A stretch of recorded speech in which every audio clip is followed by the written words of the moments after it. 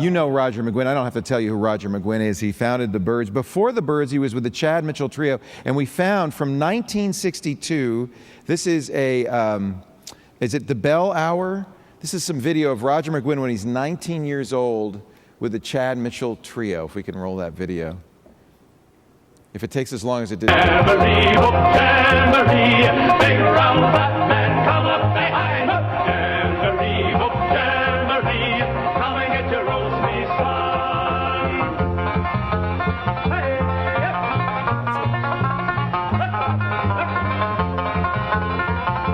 Ladies and gentlemen, Roger Mcguinn.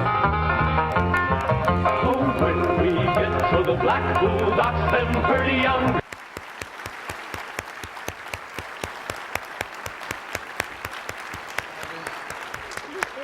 So great to see you, Roger. Have a seat. Let's see if we can work you in here with all these mics. There we go. Roger is a major geek. In fact, I know Roger through John C. Dvorak because you and he kind of were gadget hounds together, and he would always tell me stories about, you'd have every gadget, the latest thing, the Palm and whatever, and you'd pull it out. And yeah, he was one of the first people I saw with a smartphone, and then they've really improved over the years. I love I've got the original iPhone. Well, there's an interesting story behind that, actually. Yes, my sister-in-law had this particular iPhone. She waited in line and bought it when it was brand new, and she took it with her to a restaurant. She had it in her purse and put it on the sink, and the sink filled it up with water. It was one of those automatic sinks. So the iPhone kind of died for about 2 weeks. In the meantime, she thought it was completely dead and bought a 3G, and she didn't know it, but it came back to life, and so she had two of them, but she disconnected this one from AT&T, and so I traded her a camera for it because her camera died in the purse too, and I put it on T-Mobile.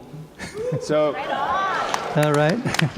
The AT&T guy was here earlier to make sure that the signal was good in here. But yeah, I'm getting a pretty good. I'm getting 2 bars on T-Mobile in here. There you go. Yeah. That's great. So that's Roger really is a geek. In fact, you told us about the solar. I would mention the solar cooler that you did. Yeah. Well, that started. My brother gave me a gift certificate for, I think it was backcountry.com, and I'm not really a camper. For me, camping is when room service is late. So I looked through the site and I found a solar thing that folded out. It was great for charging cell phones, so I did that for a while. And I thought, what else can I do? I got a bigger one, a 15-watt, and I charged my Mac with it, and that was great. And I said, well, what else can we do? Well, we live in Florida, and it gets really hot there, and they have hurricanes knock the power out.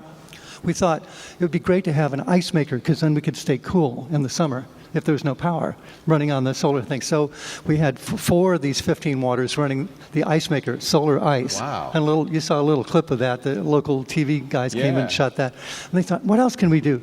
So I'd seen these electric, like a Vespa kind of thing, and I got one of those, but the 4 15-watters weren't enough to really make it run. So I got 2 65-watt panels, and they were laying out in the driveway, and they're kind of in harm's way. So I thought, I'd love to get them up on the roof. And my wife and I talked about it and said, well, if we're going to put them up on the roof, let's just do it right. We did the whole roof. So now we have a 6.2 kilowatt system. Holy cow. It runs 2 refrigerators. So the solar ice maker is a sub-zero now. That's fantastic.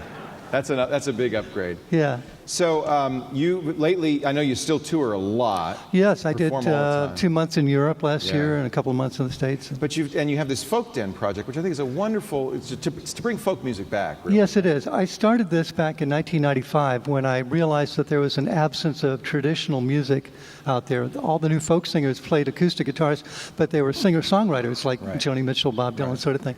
And I thought, what's going to happen when Odetta dies? Well, she did just pass away. And Pete Seeger's 90 years old. And I thought, who's going to hold up the traditional end of folk music? So I started putting songs up. When I first started doing it, they were 11 kilohertz, 8-bit files, wave files. And then gradually I got into real audio, and then we got into MP3s. So there are about 175 MP3s on my site, which is called the Folk Den at Mcguinn.com. And you can download all the MP3s, and I won't sue you. Isn't that great? I love it. So you brought your guitar. I hope you will play for us. Yes, I did. This is my 7-string. It's got a little 12-string sound to it. And I'm going to do a song we did back in the Byrds.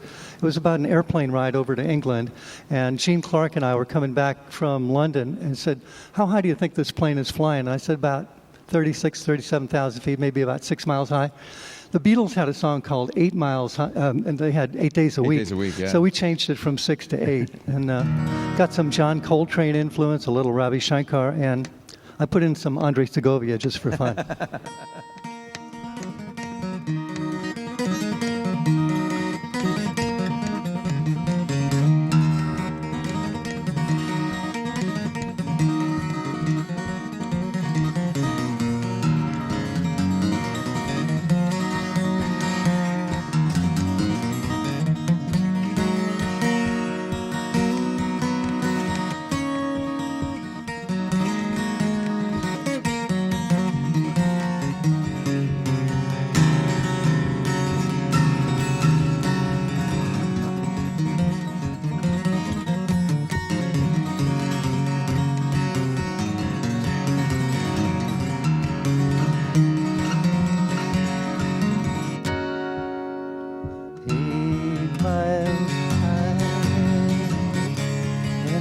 Touchdown, you find that it's stranger than known.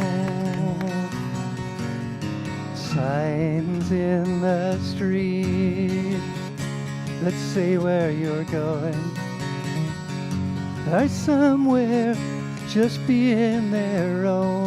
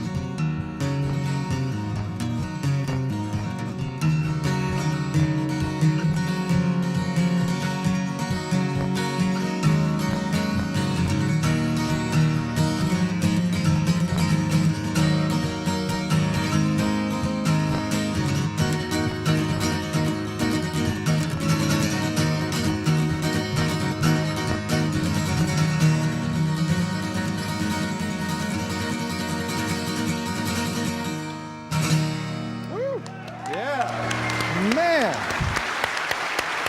Oh, that's a beautiful arrangement. Oh, Thank you. wow. Woo. Thank you so much.